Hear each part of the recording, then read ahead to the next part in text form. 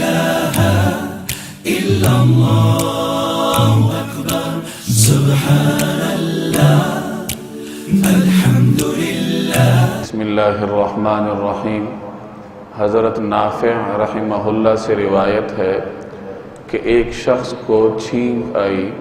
حضرت عبداللہ بن عمر رضی اللہ تعالی عنہ قریب میں تشریف فرما تھے اور اس شخص نے چھینک آنے کے بعد یوں کہا الحمدللہ والسلام علی رسول اللہ. حضرت عبداللہ بن عمر رضی اللہ تعالی عنہ نے یہ سن کے ارشاد فرمایا کہ الحمدللہ والسلام علی رسول اللہ میں بھی پڑھتا ہوں، لیکن اس موقع پر نبی کریم صلی اللہ علیہ وسلم نے ہمیں یہ پڑھنے کی تعلیم دی ہے الحمدللہ علی کل حال. یہ سنن ترمذی کی روایت ہے.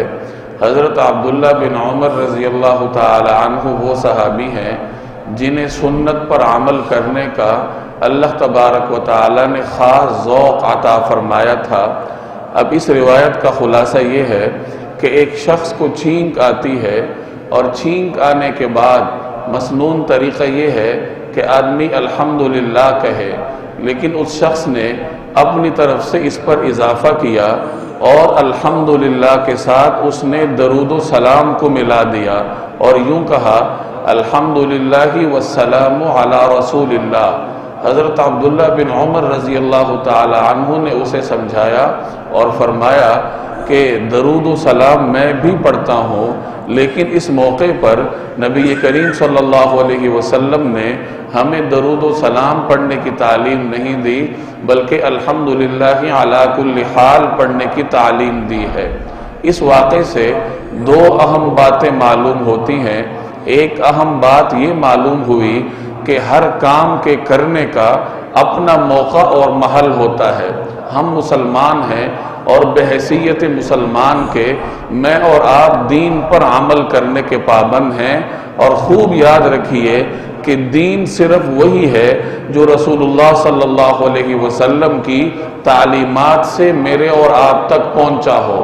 ایک کام چاہے ظاہری طور پر کتنا ہی خوبصورت کیوں نہ ہو، لیکن اگر وہ نبی کریم صلی اللہ علیہ وسلم سے اس موقع اور محل کے لیے ثابت نہیں تو وہ اپنی ظاہری خوبصورتی کے باوجود قابل عمل نہیں ہے.